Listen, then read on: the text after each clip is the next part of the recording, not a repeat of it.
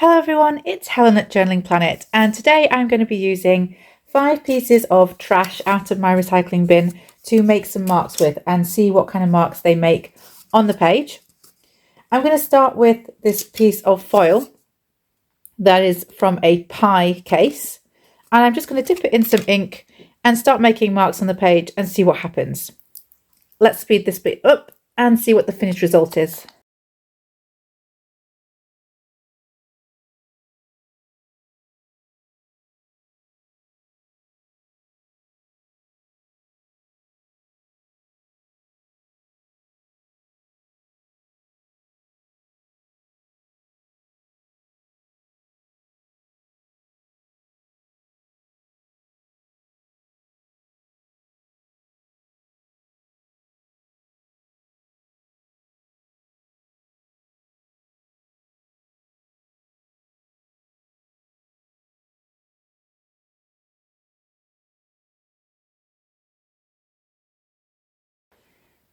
So a little bit disappointed with this, with the foil. I mean, it's fine, it will dry and it'll be an interesting motif, but I was sort of hoping for more definition with the wrinkles on the foil. So I've sort of learned that that doesn't really work how I want it to work, but nonetheless, it will be an interesting piece once it's dry. So I'll just set that to one side. The whole reason of leaving in things that don't work as well for me is so that you can learn from my mistakes and get a sense of what works and perhaps what doesn't work with these different supplies. So I'm going to try some different colours this time. And usually, that's all run together. That's interesting. Let's leave that and see what happens. Usually people would use the end of this to make marks. I'm actually going to do that with a different piece of mark making. So I'm just going to go in with a rolling technique and see what happens with this.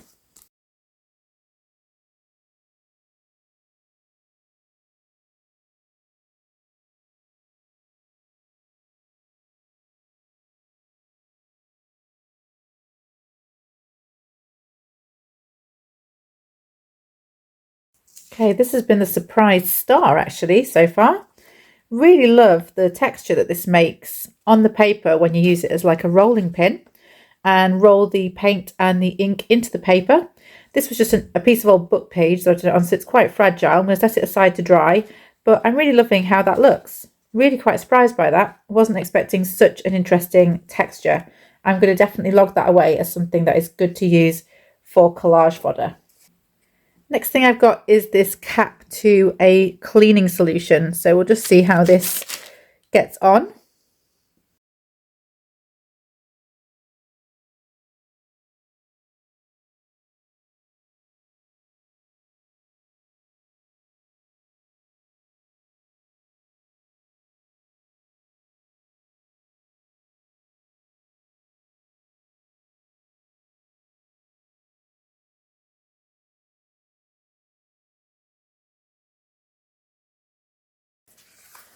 That turned out even better than I was expecting. This is going into my regular mark making tool kit. It's just the top of a Vanish bottle. In the UK, we have this cleaning product called Vanish, and I finished it and I just thought, you know what, that is a very interesting lid right there. And sure enough, look at that. Just wonderful. And I'm going to put that aside to dry. Next up is this. Now you need to be careful if you're going to use anything like this because there are sharp bits to it and it's very easy to cut yourself, and I'm sort of slightly concerned that I might do that using this, but we'll see how we get on.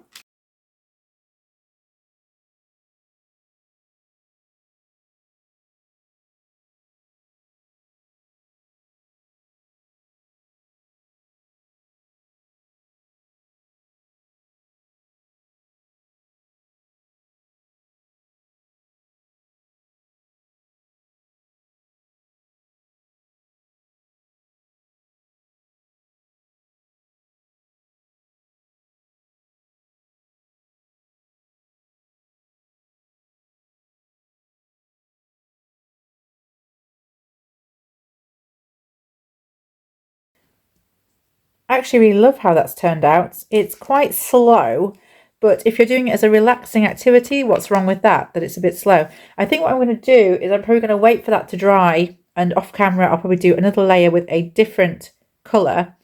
I'm not going to hang on to this as a mark making tool, because the thing is that we go through quite a lot of cans in our house because they're more recyclable than, say, plastic bottles. You know, they're nicer to the planet than plastic is. So I think I'll just start collecting these and keep them in a little jar so that when I want to make marks with them, they are there. But I can see that with acrylic, it certainly does make some very interesting textures. And I might consider going over with, say, black as the next layer once this is dry. So I'm really looking forward to doing that. That sounds like a fun, 10 minutes, just going over that with another layer. And I'll really have some quite amazing textured collage fodder when I'm done with that. Okay, the last thing that I want to use is this piece of corrugated cardboard. And after the foil, I have to say I haven't got high hopes about this, but we'll just dip it in and have a go and see what happens.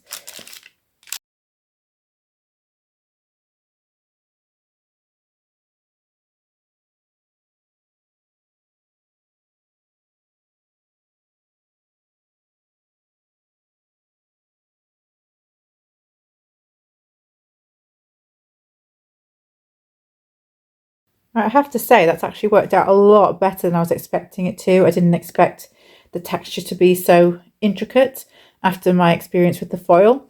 So I think what I learned is that actually just having less paint on is the way forward, as it forces the paint to kind of seep into the cracks of the implement more and therefore create more texture.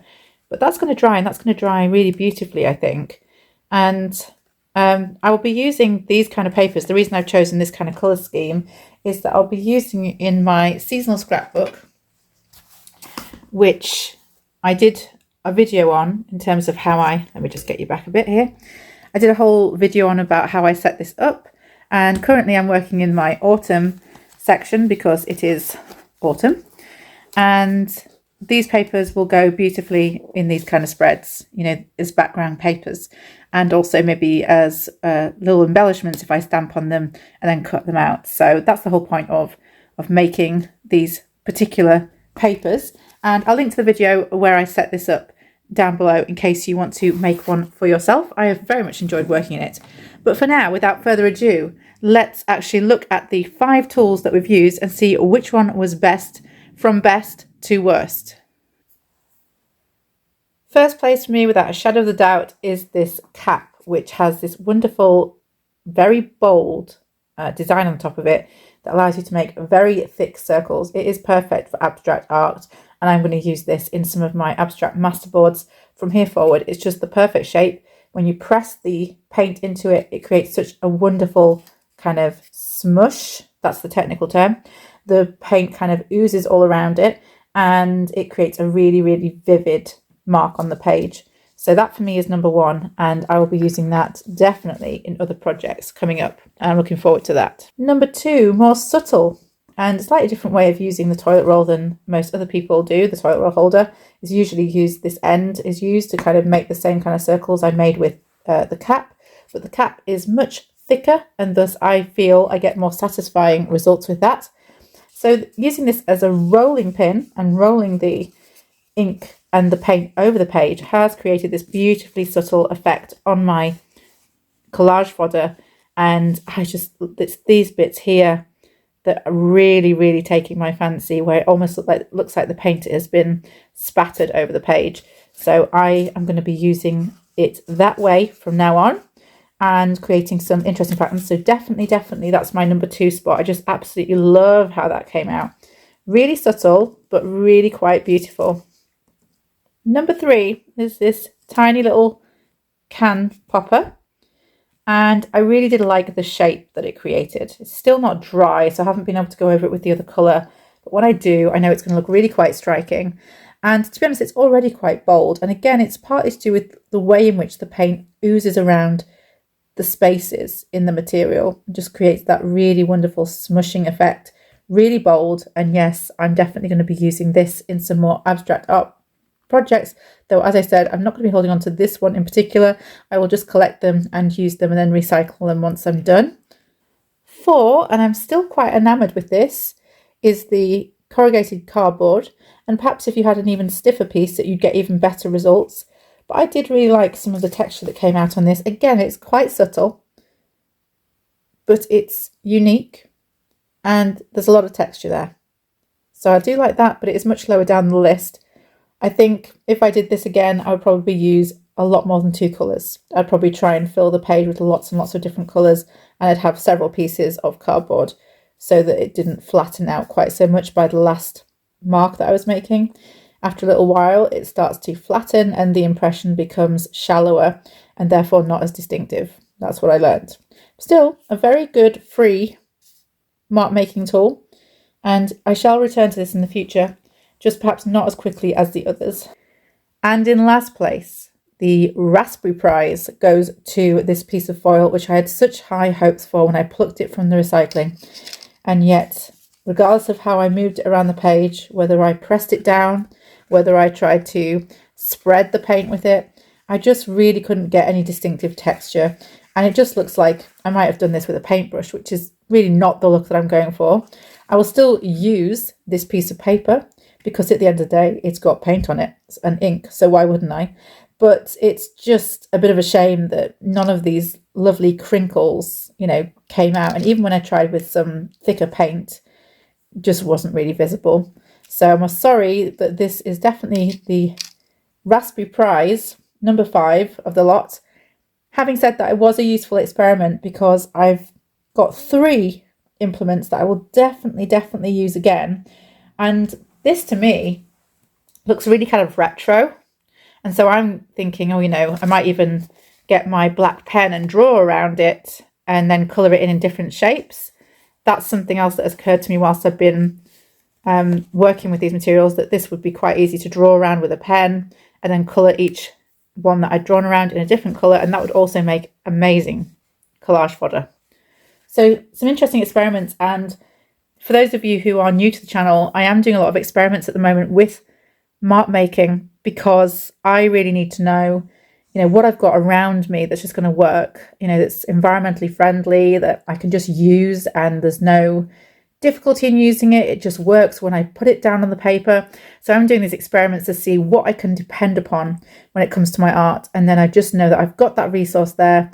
I can go to it whenever I want, and I can rely on the results of that implement and, whatever media I'm using with it, be it ink or acrylic or whatever it might be.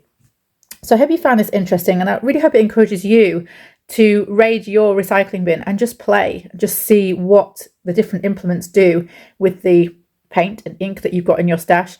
I am really trying to get good at using the things that are in my stash, including the paints, the pens, the inks, some of which have sat for a long time, and I've even had some things dry out on me. Yes, it has become that dire. So the time has come to do all these experiments, to find out what I enjoy, and I hope you found out a few things along with me. Maybe some things that you'll try for yourself in your own art or in your own journaling. If you've enjoyed this video, I would appreciate you giving it a thumbs up, maybe even subscribe if you haven't already, and leave a comment down below about whether or not you're going to try some of your own mark making and what you find in your own recycling bin. Give the rest of us some ideas to work from. There'll be another video along soon. Until then, happy crafting, and I'll see you next time.